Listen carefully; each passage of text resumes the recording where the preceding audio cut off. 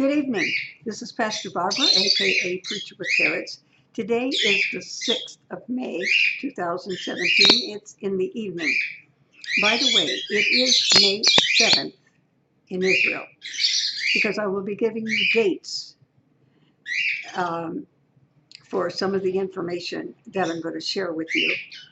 And it's important to realize that while it's the 6th here and I'm in the Pacific zone, it is in fact almost 6 in the morning in Israel on May 7th.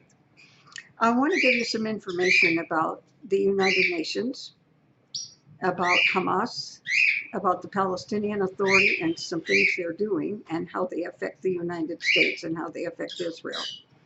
And some other information that has to do actually with Obama and the Palestinians and so forth. That's what I want to cover in this update. I wish I could do it in 5 minutes, but as I said in the previous breaking news, there's just too much to give you to do it quickly. First, let me talk about the United Nations. This fall, in September, they will be 70 years old. This is amazing what I'm going to tell you. There are 85,000 bureaucrats in the United Nations. To run the United Nations, we're going to talk about money, it takes $40 billion a year. Within the United Nations, there are other agencies, and many or most of these agencies do not have balanced books. The Guardian says of them that they will not be a credible organization until they change the way that they choose their Secretary General. This is the way they choose them. There are 5 countries that were founding countries: the United Kingdom, the United States, China, Russia, and France. And together they choose who will be the Secretary General. And it will be next year. There will be another one. The Guardian feels that for their many goals and the many things they say they want to accomplish, they have, for example, failed Syria. Many countries that have been involved in the problems in Syria that exist today and have been going on for some time. Let me read to you, I have them in my cell phone, the goals of the United Nations. There are 17. Number 1, no poverty in the world. 2, 0 hunger in the world. 3, for everybody, good health and well-being. 4, quality education. 5, gender equality, men, women, equal. Clean water and sanitation for the world. 7, affordable and clean energy. 8, decent work and economic growth. 9, industry, innovation, and infrastructure. 10, reduced inequalities. 11, sustainable cities and communities. 12, responsible consumption and production. 13, climate action. 14, life below water. I presume when we have filled the land with houses, we're going to live in submarines. 15, life on land. 16, peace, justice, and strong institutions. And 17, partnerships for the goals. Note, nothing was said about equality of choosing your faith or what religious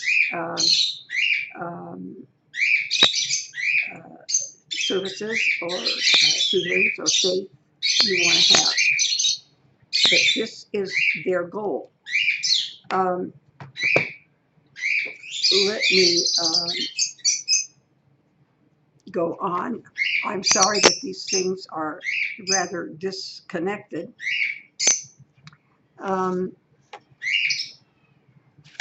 As just mentioning it, you may have heard of Christians United for Israel, an organization. It has 3.3 million members. They have just made a complaint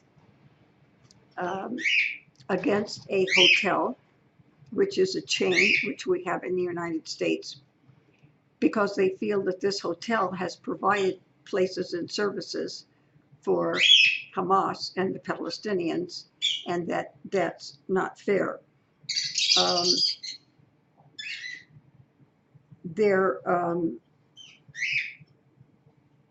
For example, something that the Palestinians do, it's probably Hamas that's doing it, and if you didn't see the previous video, let me tell you about Hamas.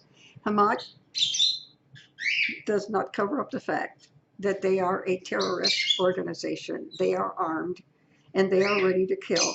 They have only one group of people that they want to do away with. They're not connected with ISIS, with Al-Qaeda, or with anybody else. They only want to kill and get rid of Jews, of Israelis. Now, there was a young man, Jewish young man, who was visiting Joseph's tomb. My Bible study class will remember that not that long ago, before they went into slavery, Joseph had said he wanted his bones returned to Israel. Now, it was before Joseph's tomb, where his bones would have been, that this young Jewish man was.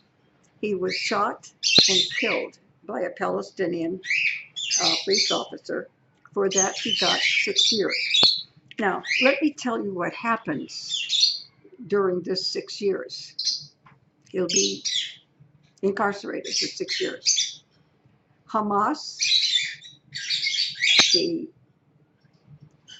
Palestinian terrorist organization, will pay, while he is in prison, his family.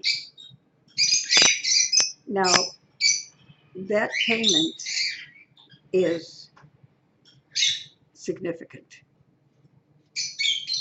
I have the figure in my head. If I don't find it here in my notes, I'll tell you what it is. When the United States Senate learned that much of the money they give the Palestinians, now they give the Palestinians for humanitarian aid and things like that from our tax money, and they are accusing Hamas of taking that money and not spending it on humanitarian aid, but using it as salaries to people who are in jail or payment to families. For example, these people who drive a plane into something and take their life for the rest of the life of their family, they will be taken care of. And the United States Senate has before it, at this moment, a bill that will deduct from what the United States gives the Palestinian Authority for their humanitarian aid or whatever nice thing they need it for, that the amount that Hamas pays terrorists and their families for what they do, they will deduct that amount and no longer give it to Hamas or the Palestinian Authority. That's before the Senate at the moment. And it's because of a young man who was a West Point graduate, was shot and killed in Tel Aviv, and that bill carries his name. He was a 28-year-old West Point graduate. He was murdered and stabbed in Tel Aviv. And it's the taxpayer dollars will not support terrorism. This will come out in tomorrow's paper in Israel.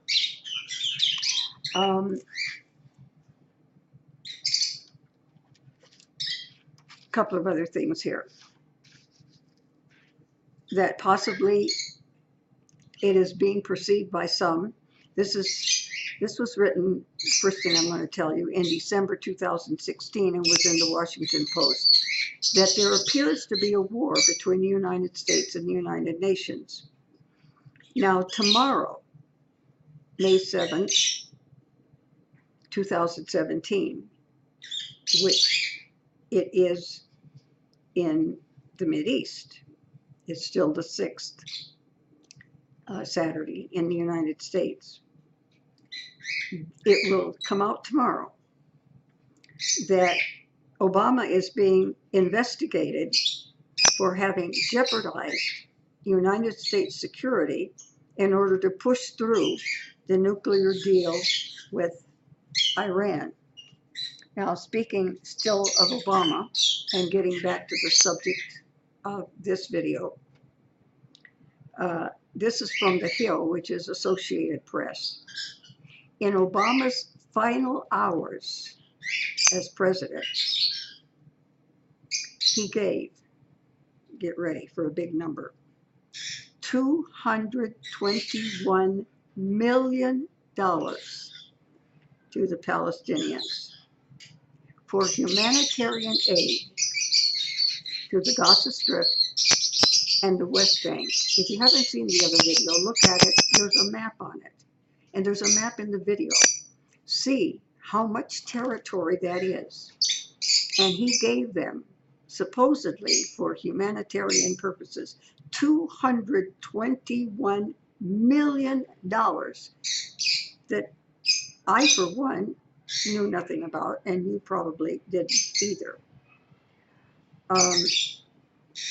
There is $6 million in foreign spending, $4 million, this is what he gave away in the last days and hours of his presidency, $4 million to fight climate change, and $1.25 million to the organization known as the United Nations. One more item here, and then I want to read something else from my cell phone. In April 27th, which was 2 weeks ago, Trump said, and this comes from an Israeli publication, heavily contributed to by the Temple Institute and the Sanhedrin, and they have fellowship and interest with Christians.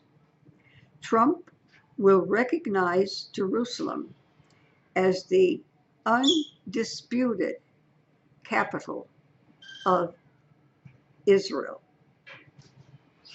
Now, Trump said that paying convicted terrorists, this would be Hamas, Palestinians, committing crimes, sometimes murder, against Jews, against Israelis, that giving them money, paying them, is insane. The Mid-Easterners are complaining because he is using, they say, you're calling us insane. And they're also complaining because they're saying that Netanyahu is saying about them that they are incapable of telling the truth. Let's go to Hamas now. This is something I put in my cell phone.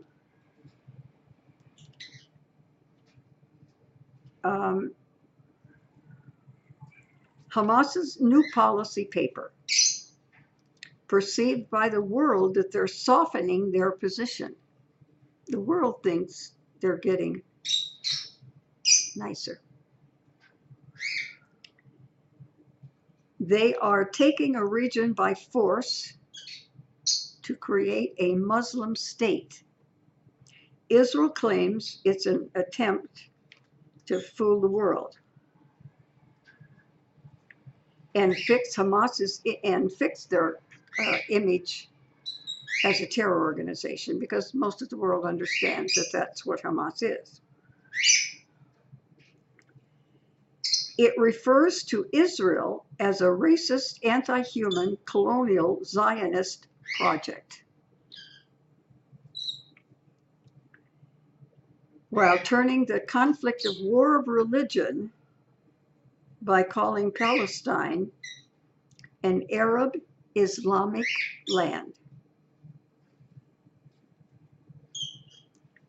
A blessed sacred land that has a special place in the heart of every Arab and every Muslim. Means nothing to Christians, nothing in Jerusalem, no Bethlehem. Where Jesus was raised is West Bank, Bethlehem is West Bank. None of that means anything to Christians, none of that means anything to the Jews, but it is sacred to every Muslim. Hamas rejects any alternative other than full and complete liberation of Palestine from the river to the sea. That would be the Jordan River, that is the border between Israel and Jordan on the west, and the sea, which is the Mediterranean Sea.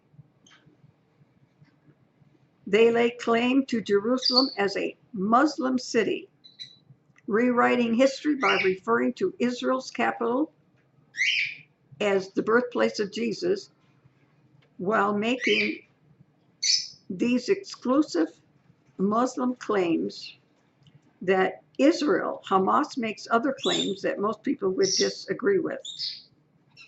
They also say that all the holy sites in Jerusalem have been upheld by UNESCO, that's the UN, in several resolutions, which is the one that came about May 2nd, last Tuesday. Hamas does seem to be softening its position with regard to Jews outside of Israel. They can live someplace else, just can't live in Israel.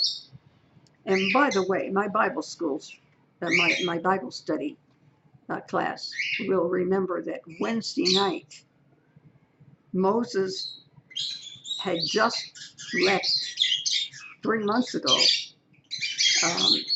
Egypt, and is now spending 40 days on Mount Sinai.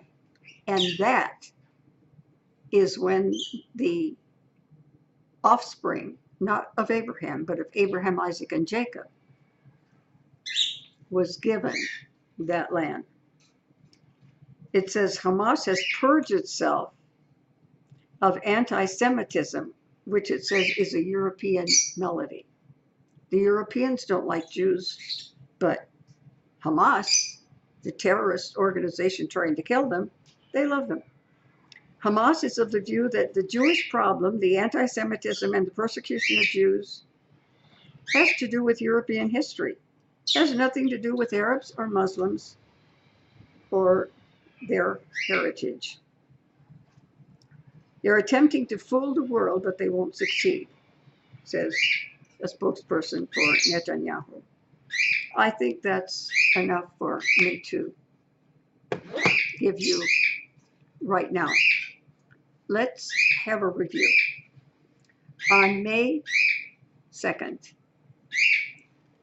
the UN in Paris, with a vote of 22 to 10, with 23 nations abstaining, determined that Jews were not welcome in the western portion of the city of Jerusalem, which is the Old Town, which is where the Temple Mount is, which is where the Via Dolorosa is, which is where the gate is where Jesus came through on Palm Sunday. The Palestinians said the Jews might as well make up their minds that Jerusalem would now be the capital of Palestinian Authority. Now, to my knowledge, and I've done quite a bit of research, there is no police force or no army in this nation.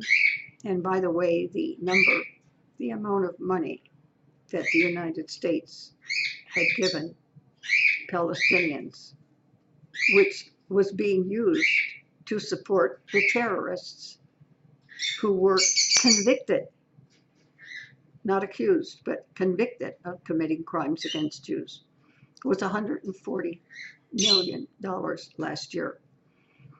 So our Senate, we have 50 states, we have 100 senators. All 100 senators are voting to take that $140,000 that they would give the Palestinians for humanitarian purposes and not give it to them.